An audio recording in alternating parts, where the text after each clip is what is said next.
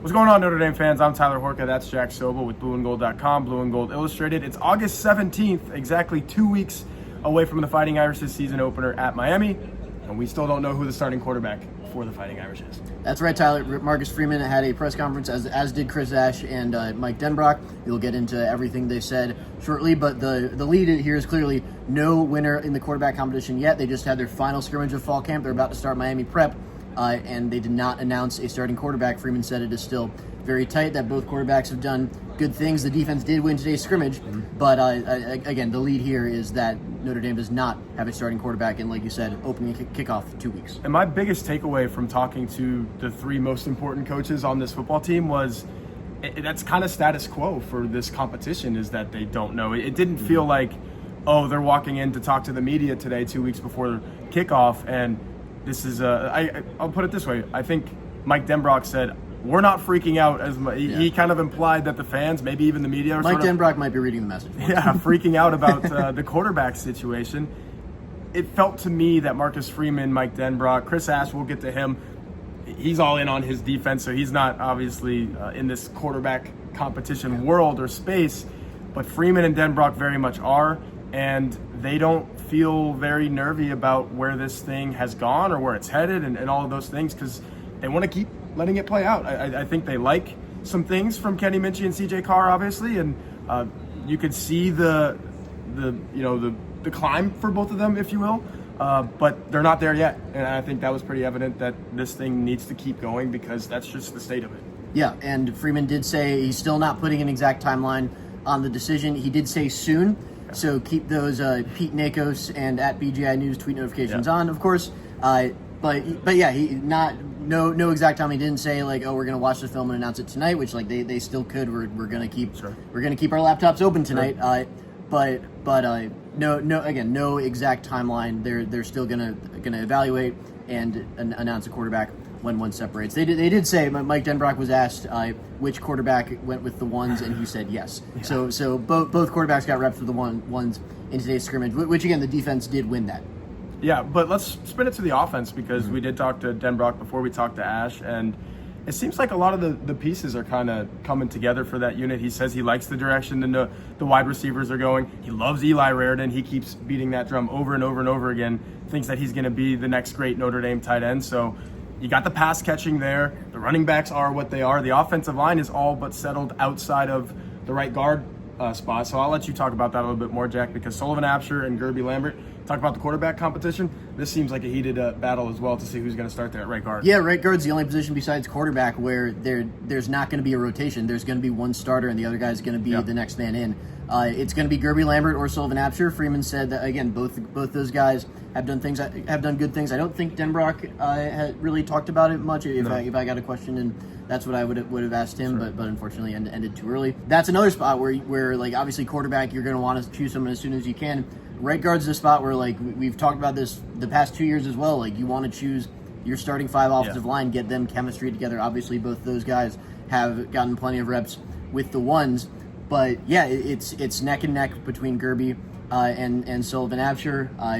No real updates beyond that. I think the rest of the starting lineup on offense is pretty settled at this point. Yeah, that's what I was saying about it kind of coming together. Like, you know who's going to go out there. Now it's just for those guys, except for quarterback, obviously, and the right guard. It's about those guys producing and being able to score enough points to beat Miami, Texas A&M, and those things.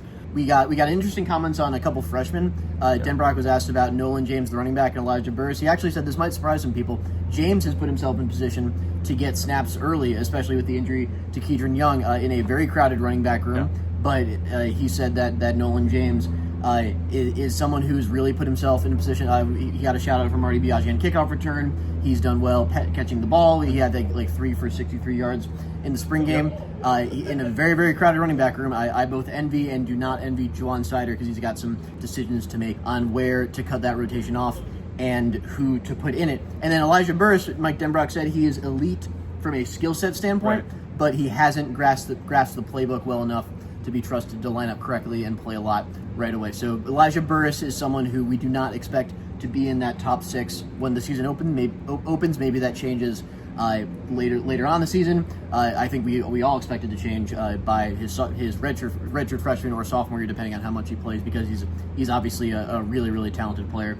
Mike Denbrock stressed, but not expecting him to be in that top 6 right away. Yeah, I think Freeman was asked about the top 6, and the question specifically mentioned, I think it was Burris, Cam Williams, and Gilbert. And Freeman went out of his way to remind the reporter, hey, KK Smith is in there too. So there's actually a mix of guys, and he mentioned Logan Saldate as well as somebody who's kind of been showing out and saying, hey, what about me?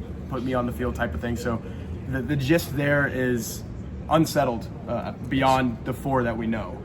And again, the 4 that we know are Jaden Greathouse, Malachi Fields, Will Pauling, Jordan Faison. They are all going to play a ton. Yes. A ton of stuff. It could be a situation where, especially starting against a team like Miami on the road, where you pretty much invest almost every single wide receiver rep in those 4, unless you know a Gilbert or a Burris or somebody can come in and give you not much of a drop-off, if that makes sense. And one more note on Nolan James. I think he's that type of player where, okay, obviously Jeremiah Love is probably the best running back in the country, so there's going to be a drop-off. Not probably.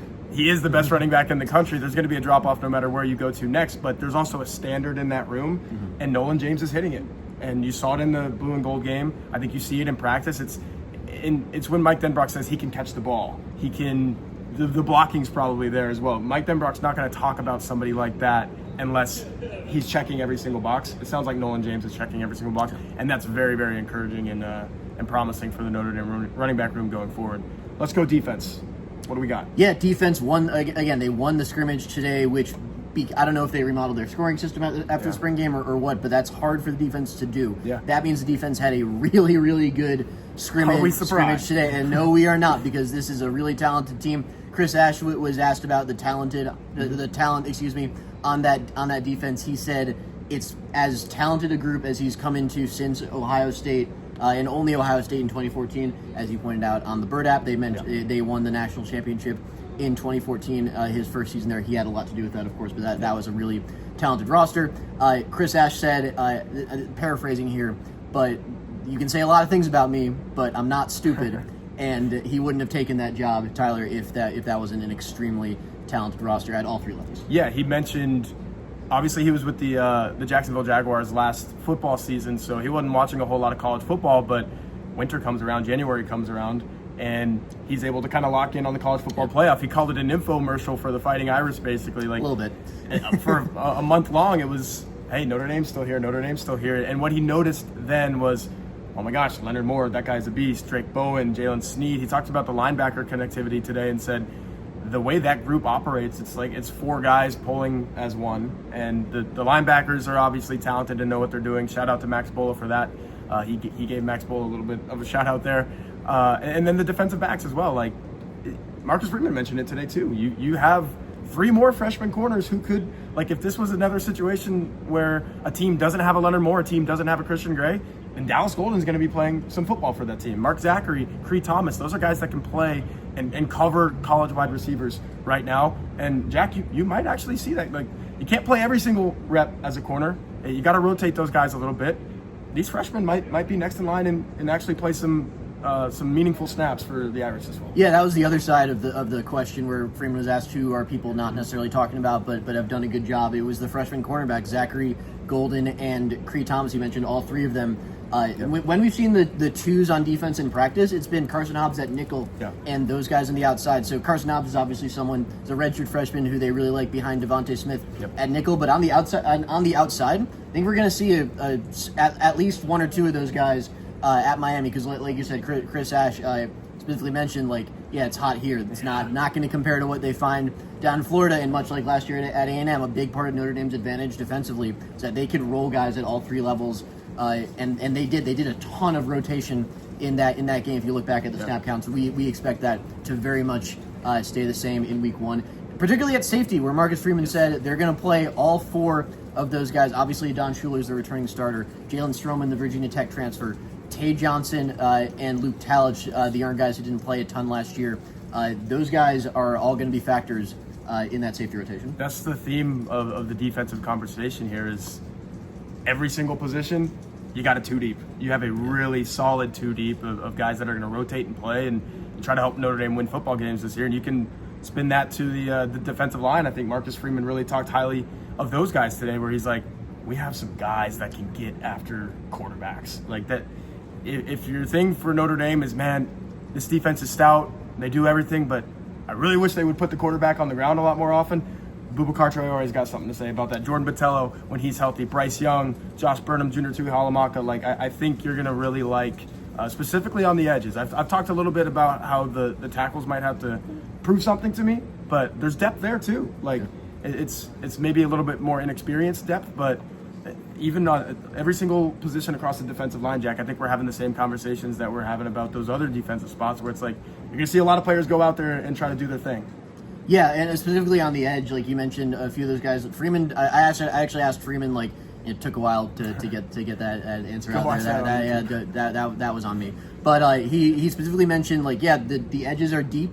Specifically, Logan Thomas is someone who is going to play this year. Yeah. Maybe not on early downs, but in obvious passing situations. I think especially until Botelho gets back, you're going to see a good amount of Logan Thomas. It's a prime example of someone you're not talking about, but it's like, that guy's there too. Like, he could play. Yeah, and I think Freeman kind of alluded to the fact that Thomas probably isn't big enough to defend the run quite yet. But again, in those obvious passing situations, you're going to see some of him. And then Botelho, Freeman again didn't put a timeline on it, but he said, "Man, that guy is itching to get back." You can see that in camp too. Yeah, you can certainly see that in camp. Botelho has not played in quite some time. He was playing his best football when he tore his patellar tendon in week 3 of last year. Obviously, he had the pec injury that set him back. But he's someone who we believe is ahead of schedule, and everything we've seen and heard it continues to indicate that. A lot of good things. We're pumping some sunshine here at Blue and Gold today. We'll see if we're still doing that in Miami. I know it's going to be hot and sunny down there, literally, but I think that's pretty much the gist. Well, I think we can pump the brakes a little bit because Marcus Freeman did say they have a lot to clean up in all 3 phases from today's scrimmage. So we'll obviously maybe put out some intel about that in the coming days. But Freeman did say they have a good amount to clean up, and he said, again paraphrasing here, lucky they don't play a game today. Good amount to clean up, and obviously they still have to name a starting quarterback. Correct. That's what you guys need to be plugged into at blueandgold.com. This YouTube channel as well, we're going to be talking about it before the decision comes down, after the decision comes down, and then obviously this season starting in 2 weeks. So keep it here, keep it at blueandgold.com. That's Jack Sobel. I'm Tyler Horka, and we'll see you guys next time.